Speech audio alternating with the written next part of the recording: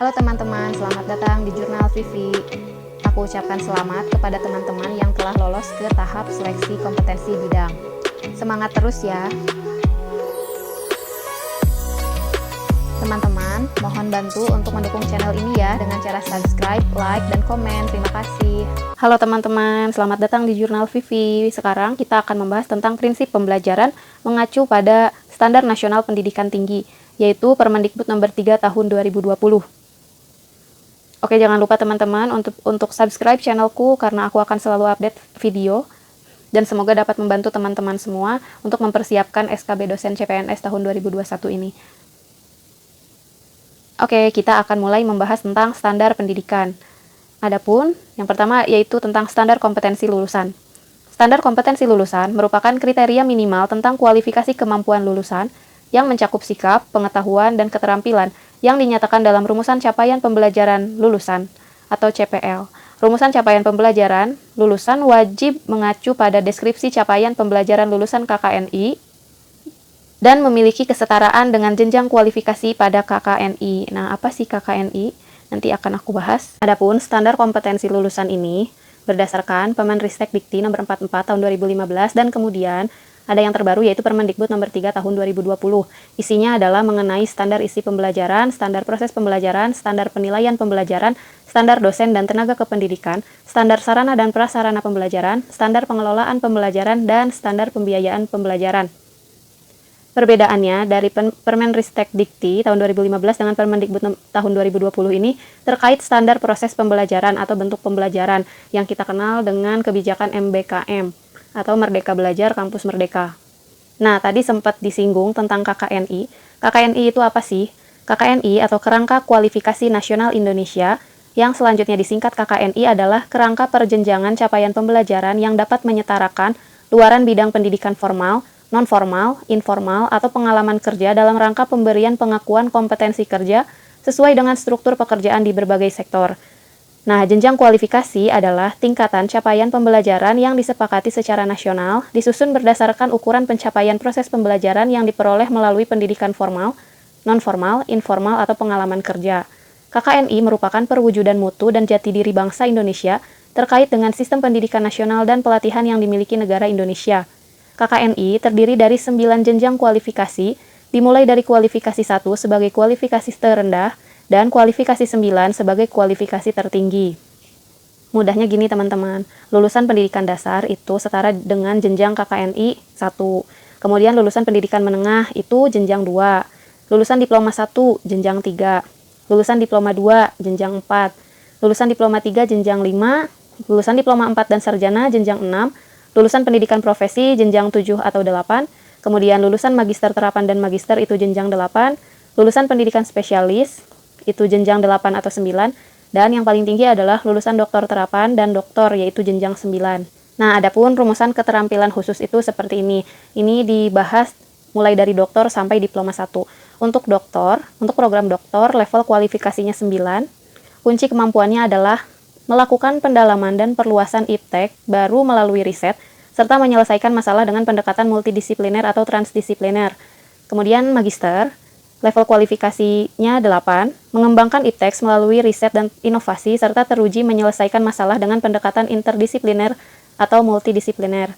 Kemudian untuk program profesi, level kualifikasi 7, mengelola sumber daya, mengevaluasi sumber daya secara komprehensif untuk pengembangan strategis organisasi, serta menyelesaikan masalah dengan pendekatan monodisipliner.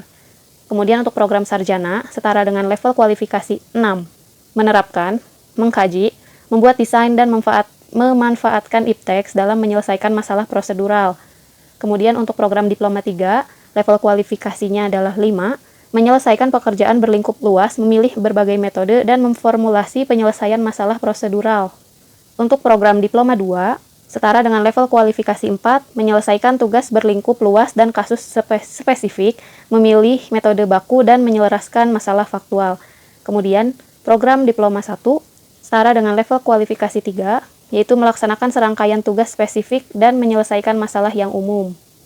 Adapun rumusan capaian pembelajaran lulusan itu mengacu pada sikap, pengetahuan, kemudian keterampilan, dibagi lagi menjadi keterampilan khusus dan keterampilan umum, yang mana si Keseluruhan ini disusun oleh forum program studi sejenis atau nama lain yang setara, atau pengelola program studi dalam hal tidak memiliki forum program studi sejenis. Standar isi pembelajaran. Standar isi pembelajaran merupakan kriteria minimal tingkat kedalaman dan keluasan materi pembelajaran. Kedalaman dan keluasan materi pembelajaran mengacu pada capaian pembelajaran lulusan. Kedalaman dan keluasan materi pembelajaran pada program profesi, spesialis, magister, magister terapan, doktor, dan doktor terapan wajib memanfaatkan hasil penelitian dan hasil pengabdian kepada masyarakat. Nah, selanjutnya ini tingkat kedalaman dan keluasan materi pembelajaran menurut KKNI.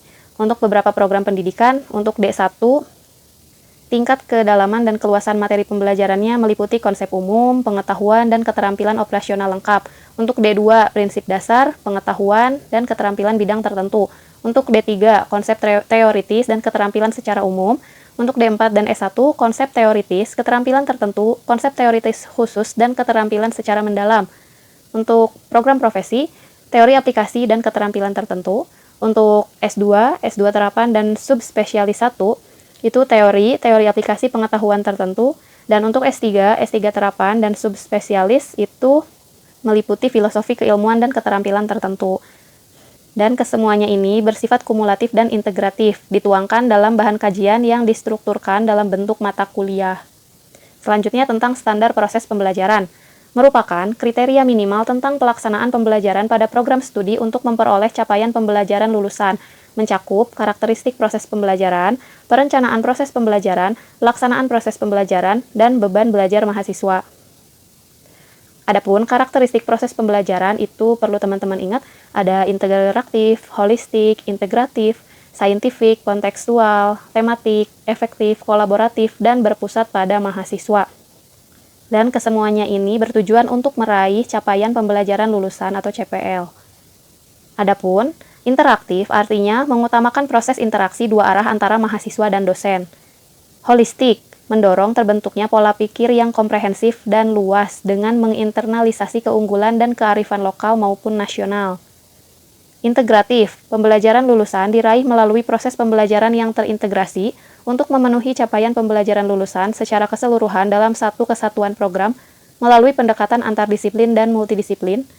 Kemudian saintifik, capaian pembelajaran lulusan diraih melalui proses pembelajaran yang mengutamakan pendekatan ilmiah, sehingga tercipta lingkungan akademik yang berdasarkan sistem nilai, norma, dan kaidah ilmu pengetahuan, serta menjunjung tinggi nilai-nilai agama dan kebangsaan.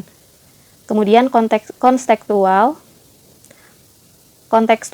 pembelajaran lulusan diraih melalui proses pembelajaran yang disesuaikan dengan tuntutan kemampuan menyelesaikan masalah dalam ranah keahliannya. Kemudian tematik, capaian pembelajaran lulusan diraih melalui proses pembelajaran yang disesuaikan dengan karakteristik keilmuan program studi dan dikaitkan dengan permasalahan nyata melalui pendekatan transdisiplin. Kemudian efektif, capaian pembelajaran lulusan diraih secara berhasil guna dengan mementingkan internalisasi materi secara baik dan benar dalam kurun waktu yang optimum. Kemudian kolaboratif, capaian pembelajaran lulusan diraih melalui proses pembelajaran bersama yang melibatkan interaksi antar individu pembelajar untuk menghasilkan kapitalisasi sikap, pengetahuan, dan keterampilan. Lalu, yang terakhir adalah berpusat pada mahasiswa. Capaian pembelajaran lulusan diraih melalui proses pembelajaran yang mengutamakan pengembangan kreativitas, kapasitas, kepribadian, dan kebutuhan mahasiswa, serta mengembangkan kemandirian dalam mencari dan menemukan pengetahuan. Oke, selanjutnya perencanaan proses pembelajaran disusun untuk setiap mata kuliah dan disajikan dalam rencana pembelajaran semester atau RPS atau istilah lain yang ditetapkan dan dikembangkan oleh dosen secara mandiri atau bersama dalam kelompok keahlian suatu bidang ilmu pengetahuan dan atau teknologi dalam program studi. Nah, dalam perencanaan proses pembelajaran, setidaknya terdapat atau tercantum nama program studi, nama kode mata kuliah, semester, SKS, nama dosen pengampu, kemudian capaian pembelajaran lulusan yang dibebankan pada mata kuliah, lalu kemampuan akhir yang direncanakan pada tiap tahap pembelajaran untuk memenuhi capaian pembelajaran lulusan, kemudian bahan kajian yang terkait dengan kemampuan yang akan dicapai, metode pembelajaran, waktu yang disediakan untuk mencapai kemampuan pada setiap tahap pembelajaran, lalu pengalaman belajar mahasiswa yang diwujudkan dalam deskripsi tugas yang harus dikerjakan oleh mahasiswa selama 1 semester, lalu kriteria, indikator, dan bobot penilaian, dan daftar referensi yang digunakan. Nah, dalam merencanakan proses pembelajaran ini juga wajib ditinjau dan disesuaikan secara berkala dengan perkembangan ilmu pengetahuan dan teknologi. Lalu, dalam pelaksanaan proses pembelajaran, berlangsung dalam bentuk interaksi antara dosen, mahasiswa, dan sumber belajar dalam lingkungan belajar tertentu, dilaksanakan sesuai RPS atau istilah lain yang terkait dengan penelitian mahasiswa, wajib mengacu pada Standar Nasional Penelitian. Nah, ini kan tentang Standar Nasional Pendidikan. Nanti ada lagi Standar Nasional Penelitian. Kemudian, yang terkait dengan pengabdian kepada masyarakat oleh mahasiswa, wajib mengacu pada Standar Nasional Pengabdian kepada Masyarakat. Proses pembelajaran melalui kegiatan kurikuler wajib dilakukan secara sistematis dan terstruktur melalui berbagai mata kuliah dan dengan beban belajar yang terukur. Lalu, wajib menggunakan metode pembelajaran yang efektif sesuai dengan karakteristik mata kuliah untuk mencapai kemampuan tertentu yang ditetapkan dalam mata kuliah dalam rangkaian pemenuhan capaian pembelajaran lulusan. Nah, metode pembelajaran dapat dipilih untuk pelaksanaan pembelajaran mata kuliah antara lain. Yang pertama, diskusi kelompok, kedua, simulasi, ketiga, studi kasus, 4, pembelajaran kolaboratif, 5, pembelajaran kooperatif, 6, pembelajaran berbasis proyek, 7, pembelajaran berbasis masalah, dan atau 8, metode pembelajaran lain. Setiap mata kuliah dapat menggunakan satu atau gabungan dari beberapa metode pembelajaran dan diwadahi dalam suatu bentuk pembelajaran. Tentunya, metode pembelajaran ini dapat secara efektif memfasilitasi pemenuhan capaian pembelajaran lulusan. Oke, untuk bentuk pembelajaran, ini masih berdasarkan Permen Ristek Dikti 44 tahun 2015, yaitu kuliah, responsi dan tutorial, seminar, dan praktikum, atau praktik studio, praktik bengkel, atau praktik lapangan, penelitian, perancangan, atau pengembangan. Nah, untuk kegiatan penelitian dan perancangan ini, wajib bagi program diploma 4, program sarjana, profesi, magister, magister terapan, spesialis, doktor, dan doktor terapan. Sementara untuk pengabdian kepada masyarakat, wajib bagi program diploma 4, program sarjana, program profesi, dan program spesialis, yang mana kegiatan penelitian ini dan pengabdian kepada masyarakat harus di bawah bimbingan dosen. Lalu, sesuai dengan Permendikbud Nomor 3 Tahun 2020 sebagai basis hukum dari program MBKM atau Merdeka Belajar Kampus Merdeka, bentuk pembelajarannya menjadi 1 kuliah, 2 responsi dan tutorial, 3 seminar, 4 praktikum, 5 praktik studio, praktik bengkel, kemudian praktik lapangan, praktik kerja, lalu penelitian, perancangan, atau pengembangan. Nah, untuk kegiatan penelitian wajib ditambahkan sebagai bentuk pembelajaran bagi program pendidikan diploma 4, program sarjana, program profesi, program magister terapan, program spesialis, program doktor, dan program doktor terapan, sama seperti yang sebelumnya. Kemudian ada pelatihan militer, pertukaran pelajar, magang, wirausaha, dan bentuk lain pengabdian kepada masyarakat. Untuk kegiatan ini, diwajibkan untuk pendidikan diploma 4, program sarjana, program profesi, dan program spesialis dan di bawah bimbingan dosen. Kemudian, bentuk pembelajaran dapat dilakukan di dalam program studi dan di luar program studi. Pembelajaran di luar program studi merupakan proses pembelajaran terdiri dari A. Pembelajaran dalam program studi lain pada perguruan tinggi yang sama, B. Pembelajaran dalam program studi yang sama pada perguruan tinggi yang berbeda, C. Pembelajaran dalam program studi lain pada perguruan tinggi yang berbeda, dan pembelajaran pada lembaga non-perguruan tinggi. Adapun pembelajaran di luar program studi, ini proses pembelajaran di luar program studi dilaksanakan berdasarkan perjanjian kerja antara perguruan tinggi dengan perguruan tinggi atau lembaga lain yang terkait dan hasil kuliah diakui melalui mekanisme transfer SKS. Lalu, proses pembelajaran di luar program studi merupakan kegiatan dalam program yang dapat ditentukan oleh kementerian dan atau pemimpin perguruan tinggi. Kemudian, proses pembelajaran di luar program studi dilaksanakan di bawah bimbingan dosen. Dan, proses pembelajaran di luar program studi huruf C dan huruf D dilaksanakan hanya bagi program sarjana dan program sarjana terapan di luar bidang kesehatan. Lalu, pemenuhan masa dan beban belajar bagi mahasiswa program sarjana atau program sarjana terapan dapat dilaksanakan dengan cara A. Mengikuti seluruh proses pembelajaran dalam program studi pada perguruan tinggi sesuai masa dan beban belajar, atau mengikuti proses pembelajaran di dalam program studi untuk memenuhi sebagian masa dan beban belajar dan sisanya mengikuti proses pembelajaran di luar program studi. Dan perguruan tinggi wajib memfasilitasi pelaksanaan pemenuhan masa dan beban dalam proses pembelajaran. Selanjutnya, fasilitasi oleh perguruan tinggi untuk pemenuhan masa dan beban belajar dalam proses pembelajaran sebagaimana dimaksud dengan cara berikut. A. Paling sedikit 4 semester dan paling lama 11 semester merupakan pembelajaran di dalam program studi. Kemudian B. 1 semester atau setara dengan 20 SKS merupakan pembelajaran di luar program studi pada perguruan tinggi yang sama. Dan C. Paling lama 2 semester atau setara dengan 40 SKS, merupakan 1. Pembelajaran pada program studi yang sama di perguruan tinggi yang berbeda. Kemudian 2. Pembelajaran pada program studi yang berbeda di perguruan tinggi yang berbeda. Dan atau 3. Pembelajaran di luar perguruan tinggi. Mengenai beban belajar, SKS, dan semester. Beban belajar mahasiswa dinyatakan dalam besaran satuan kredit semester atau SKS. Kemudian semester merupakan satuan waktu kegiatan pembelajaran efektif selama sedikit 16 minggu, termasuk ujian tengah semester dan ujian akhir semester. Lalu, 1 tahun akademik terdiri atas 2 semester dan perguruan tinggi dapat menyelenggarakan semester antara. Semester antara diselenggarakan selama paling sedikit 8 minggu. Beban belajar mahasiswa paling banyak 9 SKS, kemudian sesuai beban belajar mahasiswa untuk memenuhi capaian pembelajaran yang telah ditetapkan, dan tatap muka paling sedikit 16 kali termasuk ujian tengah semester antara dan ujian akhir semester antara. Nah, adapun beban belajar dan masa belajar di perguruan tinggi untuk setiap program. Yang pertama yaitu program Diploma 1, beban belajar paling sedikit adalah 36 SKS dan masa belajar paling lama 2 tahun. Untuk Diploma 2, beban belajar paling sedikit 72 SKS dan masa belajar paling lama 3 tahun. Diploma 3, beban belajar paling sedikit 108 SKS dan masa belajar paling lama 5 tahun. Diploma 4 atau Sarjana Terapan dan Sarjana, beban belajar paling sedikit yaitu 144 SKS dan masa belajar paling lama 7 tahun. Untuk program profesi, beban belajar paling sedikit 24 SKS dan masa belajar paling lama 3 setelah menyelesaikan program sarjana atau diploma 4 atau sarjana terapan. Kemudian untuk program magister, magister terapan dan spesialis, beban belajar paling sedikit 36 SKS dengan masa belajar paling lama 4 tahun setelah menyelesaikan program sarjana atau program diploma 4 atau sarjana terapan. Kemudian untuk program doktor, doktor terapan dan subspesialis, beban belajar paling sedikit 42 SKS dengan masa belajar paling lama 7 tahun. Adapun 1 SKS itu setara dengan tatap muka 50 menit per minggu per semester plus penugasan terstruktur 60 menit per minggu per semester plus mandiri 60 menit per minggu per semester. Lalu untuk kegiatan seminar atau bentuk lain yang sejenis, yaitu 1 SKS setara dengan tatap muka 100 menit per minggu per semester plus belajar mandiri 70 menit per minggu per semester. Oh ya, yang ini maksudnya untuk kegiatan kuliah, responsi, dan tutorial ya.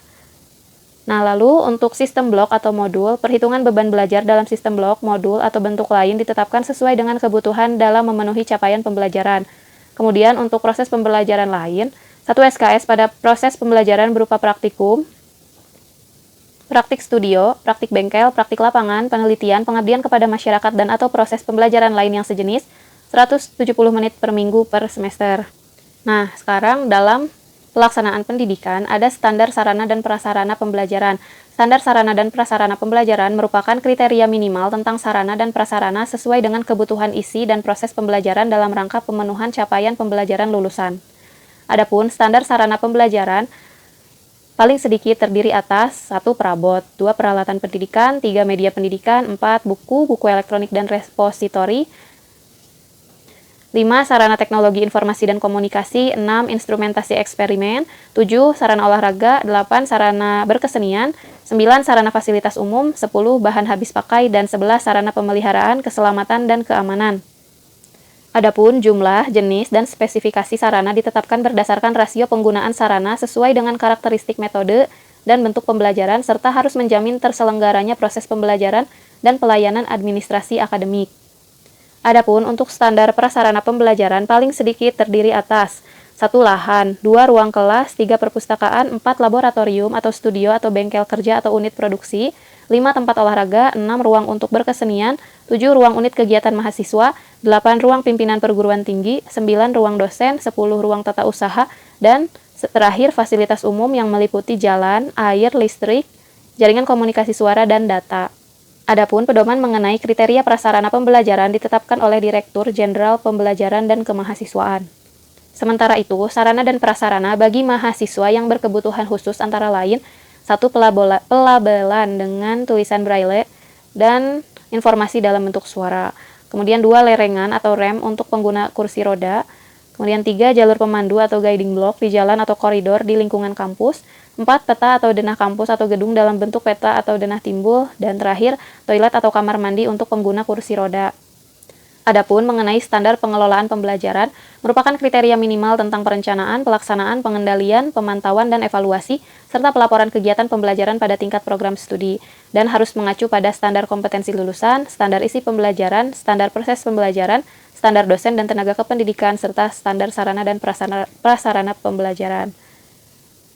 Adapun kewajiban unit pengelola program studi dalam hal pengelolaan pembelajaran diantaranya melakukan penyusunan kurikulum dan rencana pembelajaran dalam setiap mata kuliah, menyelenggarakan program pembelajaran sesuai standar isi, standar proses, standar penilaian yang telah ditetapkan dalam rangka mencapai capaian pembelajaran lulusan, kemudian melakukan kegiatan sistemik yang menciptakan suasana akademik dan budaya mutu yang baik, lalu melakukan kegiatan pemantauan dan evaluasi secara periodik dalam rangka menjaga dan meningkatkan mutu proses pembelajaran, dan yang terakhir melaporkan hasil program pembelajaran secara periodik sebagai sumber data dan informasi dalam pengambilan keputusan perbaikan dan pengembangan mutu pembelajaran. Adapun kewajiban perguruan tinggi dalam hal pengelolaan pembelajaran, yang pertama menyusun kebijakan, rencana strategis dan operasional terkait dengan pembelajaran yang dapat diakses oleh sivitas akademika dan pemangku kepentingan, serta dapat dijadikan pedoman bagi program studi dalam melaksanakan program pembelajaran. Kemudian yang kedua, menyelenggarakan pembelajaran sesuai dengan jenis dan program pendidikan yang selaras dengan capaian pembelajaran lulusan. Lalu menjaga dan meningkatkan mutu pengelolaan program studi dalam melaksanakan program pembelajaran secara berkelanjutan dengan sasaran yang sesuai dengan visi dan misi perguruan tinggi. Kemudian melakukan pemantauan dan evaluasi terhadap kegiatan program studi dalam melaksanakan kegiatan pembelajaran, memiliki panduan perencanaan, pelaksanaan, evaluasi, pengawasan, penjaminan mutu, dan pengembangan kegiatan pembelajaran dan dosen, lalu menyampaikan laporan kinerja program studi dalam menyelenggarakan program pembelajaran paling sedikit melalui pangkalan data pendidikan tinggi. Teman-teman, itulah tentang prinsip-prinsip pembelajaran sesuai dengan Permendikbud nomor 3 tahun 2020. Jika teman-teman ingin lebih mendalaminya, silahkan baca di Permendikbud nomor 3 tahun 2020 tentang Standar Nasional Pendidikan Tinggi. Terima kasih buat teman-teman yang sudah nonton. Jangan lupa subscribe, like, share, dan komen supaya nggak ketinggalan video update dari aku untuk persiapan SKB dosen CPNS. Terima kasih.